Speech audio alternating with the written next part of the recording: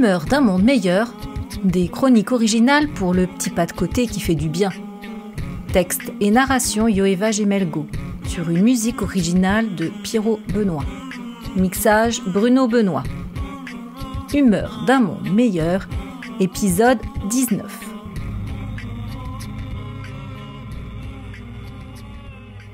Il était une fois Bernadette, sereine et paisible au milieu de son troupeau. Bernadette, elle se sent belle et entière dans la verdure. Ici, dans ce troupeau, les cornes se dressent fièrement sur leur tête. Pauvrettes. Dans le champ d'à côté, elles sont écornées et vraiment déprimées.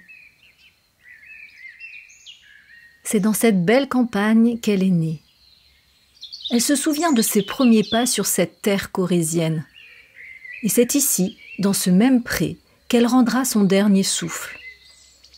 Son paysan lui a promis en lui chuchotant dans le creux de son oreille. Elle est sa préférée, elle le sait depuis leur premier regard. Il lui a donné le nom de la femme d'un président. Ses petits sont allés presque tous dans les cuisines de l'Élysée. C'était une fierté pour son paysan. Et quand ses enfants partaient à l'abattoir pour nourrir les hauts placés, elle se réconfortait à cette idée que peut-être la chair de sa chair allait changer le monde. C'est important de bien se nourrir. Une nourriture saine fait des esprits sains. L'herbe qu'elle mange est naturelle. Au cœur du pré encore mieux, car sur la bordure qui longe le pré du voisin, l'herbe n'est vraiment pas bonne. Elle a un goût chimique qu'elle n'aime pas donner à son lait. Maintenant, elle est à la retraite, Bernadette. Et elle n'ira pas à l'abattoir comme celle qu'elle voit partir de l'exploitant d'à côté. Pauvrettes, toutes numérotées. Elles sont expédiées rapidement quand elles ne sont plus performantes.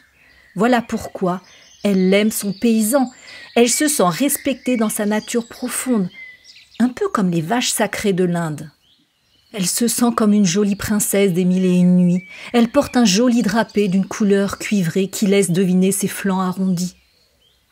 Elle ne s'est jamais vue dans le miroir, mais souvent il lui dit qu'elle porte une tache spéciale sur le front.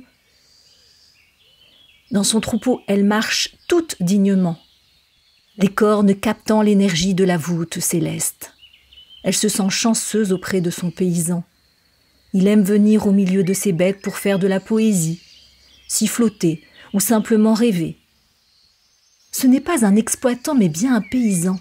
Il ne s'est pas laissé emballer pour se moderniser. Il est resté au service de la terre.